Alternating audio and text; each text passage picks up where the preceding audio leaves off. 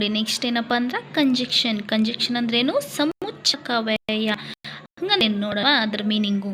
A word use to combine two words sentence is called conjunction. ಏನಪ್ಪ ಅಂದ್ರೆ ಎರಡು ಶಬ್ದಗಳು ಅಥವಾ ಎರಡು ವಾಕ್ಯಗಳನ್ನು ಜೋಡಿಸುವ ಪದಕ್ಕೆ ನಾವು ಸಮುಚ್ಚಕ ವ್ಯಯ ಹೇಳ್ತೀವಿ. ಎರಡು ಪದಗಳನ್ನು ಜೋಡಿಸುವುದು ಅಥವಾ ವಾಕ್ಯಗಳನ್ನು ಜೋಡಿಸುವುದಕ್ಕೆ ಏನಪ್ಪ ಅಂದ್ರೆ ಕಂಜೆಕ್ಷನ್ ಅಂತೇಳಿ ಹೇಳ್ತೀವಿ. ಎಕ್ಸಾಂಪಲ್ಸ್ ಅನ್ನ ನೋಡಿ. Divya has visited Delhi and Kashmir last year. And ಇಲ್ಲಿ ನೋಡಿ ಯಾವುದಾಗುತ್ತೆ, ಇಲ್ಲಿ ಆ್ಯಂಡ್ ಅನ್ನೋದು ಏನಪ್ಪ ಅಂದ್ರೆ ನಮ್ಗೆ ಇಲ್ಲಿ ಕಂಜೆಕ್ಷನ್ ಆಗುತ್ತೆ. ಯಾಕಾಗುತ್ತೆ ರೀ ಆ್ಯಂಡ್ ಅನ್ನೋದು? ಇಲ್ಲಿ ನೋಡ್ರಿ, ದಿವ್ಯಾ ಹ್ಯಾಸ್ ವಿಸಿಟೆಡ್ ದೆಹಲಿ. ದಿವ್ಯಾ ಏನು ಮಾಡಿದಾಳೆ? ವಿಸಿಟೆಡ್, ದೆಹಲಿಗೆ ಕೂಡ ವಿಸಿಟ್ ಮಾಡಿದಾಳೆ. ಮತ್ತು ಅನ್ನೋದೇನಪ್ಪ ಅಂದ್ರೆ ಸೇರಿಸಿದ್ದಾರೆ. ಇದೇನಪ್ಪ ಅಂದ್ರೆ ಮತ್ತು ಅನ್ನೋದು ಇನ್ನೊಂದು ವಾಕ್ಯವನ್ನು ಜೋಡಿಸುವಂಥ ಪದ ಆಗುತ್ತೆ. ನೆಕ್ಸ್ಟ್ ನೋಡ್ರಿ, ಕಾಶ್ಮೀರ್ ಲಾಸ್ಟ್ ಏನಪ್ಪ, ಹಿಂದಿನ ವರ್ಷದಲ್ಲಿ ಏನಪ್ಪ ಅಂದ್ರೆ ಅವಳು ಕಾಶ್ಮೀರಿಗೂ ಕೂಡ ಹೋಗಿದ್ದಳು. ಸೊ ಹಾಗಾಗಿ ಇಲ್ಲಿ ಯಾವ್ದಾಗುತ್ತೆ ರೀ ನಮಗೆ? ಆ್ಯಂಡ್ ಅನ್ನೋದೇನಪ್ಪ ಅಂದ್ರೆ ಇಲ್ಲಿ ನಮಗೆ ಕಂಜೆಕ್ಷನ್ ಆಗುತ್ತೆ. ನೆಕ್ಸ್ಟ್ ಇನ್ನೊಂದು ಎಕ್ಸಾಂಪಲ್ ನೋಡಿ ಇಲ್ಲಿ. Deepa tired hard but she failed in her final year exam. Deepa ಏನಪ್ಪ ಅಂದ್ರೆ ತುಂಬಾ ಏನಪ್ಪ ಅಂದ್ರೆ ಕಷ್ಟಪಟ್ಟು ಓದಿದ್ಲು, ಆದ್ರೂ ಕೂಡ ಏನಪ್ಪ ಅಂದ್ರೆ ಅವಳು ಕೊನೆಯ ವರ್ಷದಲ್ಲಿ ಪರೀಕ್ಷೆಯಲ್ಲಿ ಫೇಲ್ ಆದ್ಲು. ಹೌದಾ?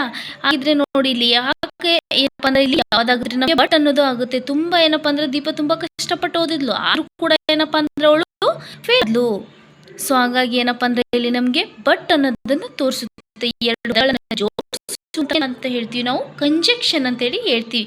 ಜಸ್ಟ್ ಎಕ್ಸಾಂಪಲ್ಸ್ ನೋಡಿ. ಇವಾಗ ಏನಪ್ಪ ಅಂದ್ರೆ and, before, also, because, while, but, if, that, still ಇವೆಲ್ಲನೂ ಏನಪ್ಪ ಅಂದ್ರೆ ನಮಗೆ ಕಂಜೆಕ್ಷನ್ ಅಲ್ಲಿ ನೋಡ್ಬೋದು. ಸುಮಾರು ಎಕ್ಸಾಂಪಲ್ಸ್ ಇವೆ.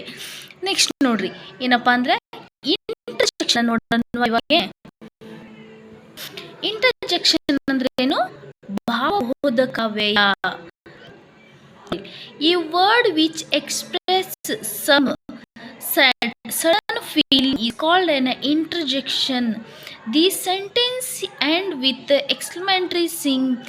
It expresses sudden feeling of surprise, sorrow and happy moments. ಏನಪ್ಪ ಅಂದ್ರೆ ಇದಕ್ಕೆ ನೋಡ್ರಿ, ಇಂಟರ್ಜೆಕ್ಷನ್ ಅಂದ್ರೆ ಏನಪ್ಪ ಅಂದ್ರೆ ಯಾವ ಒಂದು ಪದವನ್ನು ಏನಪ್ಪ ಅಂದ್ರೆ ಒಮ್ಮೆದಮ್ಮಲ್ಲೇ ಹೊರಹಾಕುವ ನಮ್ಮ ಭಾವನೆಗಳನ್ನ ಏನಪ್ಪ ಅಂದ್ರೆ ವ್ಯಕ್ತಪಡಿಸುವಲ್ಲ, ಏನಪ್ಪ ಅಂದ್ರೆ ವ್ಯಕ್ತಪಡಿಸುವಲ್ಲಿ. ಸೊ ಅದಕ್ಕೆ ಏನಂತ ಹೇಳ್ತೀವಿ ನಾವು? ಇಂಟರ್ಜೆಕ್ಷನ್ ಅಂತ ಹೇಳ್ತೀವಿ.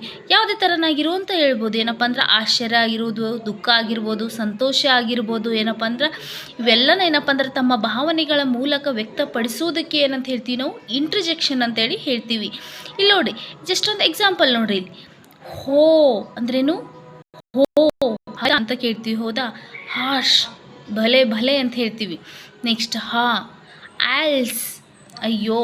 ಹೋ, ಹೂಜ್, ಶಬಾಷ್ ಅಂತ ಹೇಳ್ತೀವಿ. ಹಾ ಏನಾದರೂ ಆದ ತಕ್ಷಣ ಹೇಳ್ತೀವಲ್ರಿ. ಎಕ್ಸಲೆಂಟ್ ಅಂದ್ರೇನು? ಅದ್ಭುತವಾಗಿರುವಂಥದ್ದು. ನೋಡ್ರಿ ಇಲ್ಲಿ ಹೂ, ಇಟ್ ಈಸ್ ಫೆಂಟಾಸ್ಟಿಕ್ ಬಿಲ್ಡಿಂಗ್. ನೋಡ್ರಿ ಅವ್ರು ಏನು ಹೇಳ್ತಾನ? ವಾ ಎಂಥ ಭವ್ಯವಾದ ಕಟ್ಟಡ. ಆಹಾ ಎಂಥ ಭವ್ಯವಾದ ಕಟ್ಟಡ. ಆ ಕಟ್ಟಡದ ಬಗ್ಗೆ ಏನಪ್ಪ ಅಂದ್ರೆ ಆಶ್ಚರ್ಯದಿಂದ ಹೊಗಳ್ತಾ ಇದ್ದಾನೆ ಅವನು. ಓಹೋ ಎಂಥ ಭವ್ಯ ಕಟ್ಟಡ ಅಂತೇಳಿ. ನೆಕ್ಸ್ಟ್ ನೋಡ್ರಿ, hurrah, we have won the match. ಏನಪ್ಪ ಅಂದ್ರೆ ನಾವು ಅವನಿಗೆ ಫುಲ್ಲು ಖುಷಿಯಾಗ್ಬಿಟ್ಟಿದೆ. ಖುಷಿದಲ್ಲಿ ಏನು ಹೇಳ್ತಿದ್ದಾನೆ ಅವನು?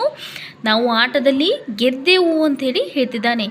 ನೆಕ್ಸ್ಟ್ ನೋಡ್ರಿ ಅದೇ ರೀತಿಯಾಗಿ alas, we have lost the match. ಏನಪ್ಪ ಅಂದ್ರೆ ಅಯ್ಯೋ ನಾವು ಪಂದ್ಯವನ್ನು ಏನಪ್ಪ ಅಂದ್ರೆ ಏನು ಮಾಡಿ ಪಂದ್ಯವನ್ನು ಕಳ್ಕೊಂಡಿದ್ರು ಅಂತೇಳಿ ಹೇಳ್ತಾ ಇದ್ದಾರೆ. ನೆಕ್ಸ್ಟ್ ನೋಡಿ, oh sad, Ramu lost is pocket. Ramu ಏನು ಮಾಡಿದ್ದಾನೆ? ತನ್ನ ಪಾಕೆಟ್ ಕಳ್ಕೊಂಡಿದ್ದಾನೆ. ಇಲ್ಲೇನಪ್ಪ ಅಂದ್ರೆ ಅವನ ದುಃಖವನ್ನ ಹೇಳ್ತಾ ಇದ್ದಾನೆ. ಏನಪ್ಪ ಫಸ್ಟ್ ಆಶ್ಚರ್ಯ ಹೇಳಿದ್ದ ಅವನು. ನೆಕ್ಸ್ಟ್ ಏನಪ್ಪ ಅಂದ್ರೆ ಅವನು ಆಟ ಗೆದ್ದಿದ್ದ ಖುಷಿಯಿಂದನೂ ಹೇಳಿದ್ದ.